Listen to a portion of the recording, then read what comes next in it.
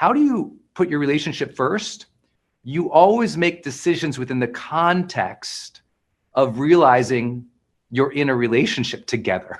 Like, obvious, right? And it doesn't mean you can't have independent decisions. It means those decisions still take place in understanding the effects and the consequences of your actions within the relationship. When we forget there's consequences of our actions within a relationship, the relationship inevitably becomes something separate than us. And when this relationship is separate than us, they feel a separatedness.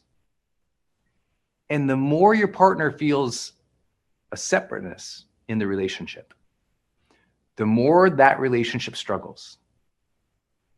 This is why you hear people say, I always say, make decisions together, plan together, know what you're both working on together.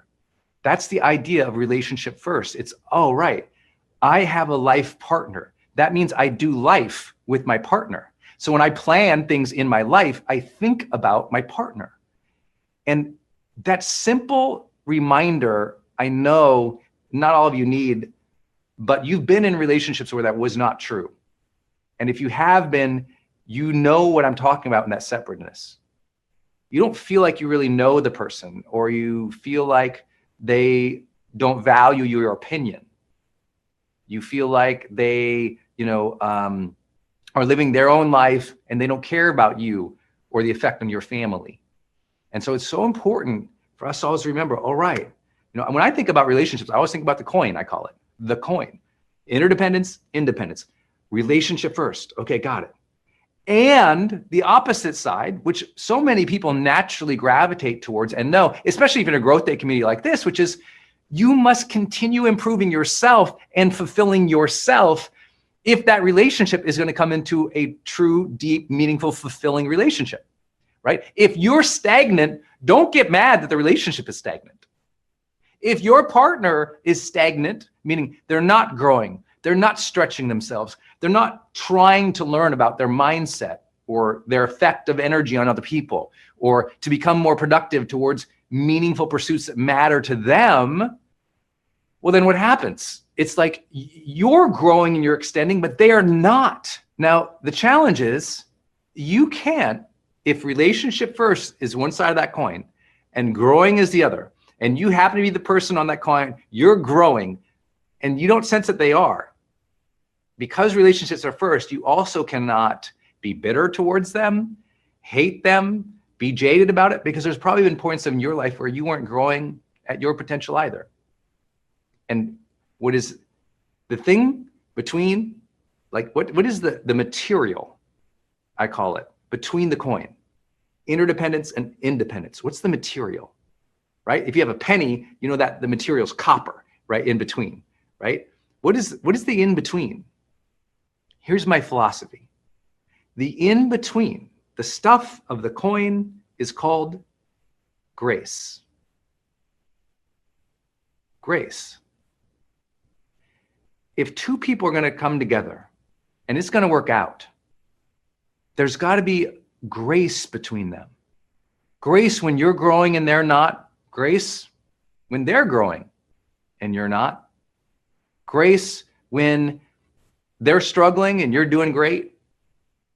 Grace when you fall a little bit away from each other. And without that, it's really hard to keep that coin unified and valuable, if you will. I can share you, 15 years of coaching, you have to imagine every conversation or every other conversation brings up a relationship that somebody is in. And what I have seen over and over and over again, when either teaching or coaching on relationships, is your, or the listener, the student's immediate impulse to judge the other person. So as I'm teaching today, it's very easy. Oh, my husband, he's like this. My wife, she's like that. And you're immediate, like, as soon as I start teaching about something, you immediately cast the other person as the wrongdoer. And if we're going to explore relationships today, no, the material in between interdependence and independence is not wrongdoer. It's grace. If you want the relationship to improve, if you want the relationship to deepen, if you want that thing to feel better. No bitterness here, no judgment here. I always say, judge less, feel better. Okay, let's not judge our partners or spouses here. Let's educate, let's learn, let's explore how we think. You can't control them. Don't make this a judge session on them, even if you're in turmoil, even if they feel separate, even if you're fighting. I want you instead to say, let me explore my relationships with openness and grace.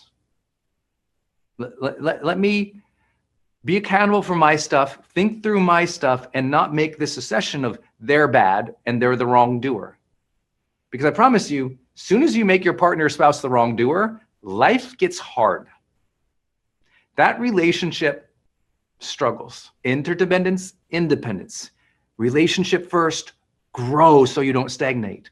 And as you have that difficult duality sometimes, in between, what makes a relationship work is grace. That means understanding, compassion, forgiveness, openness to the other and their life amid your relationship.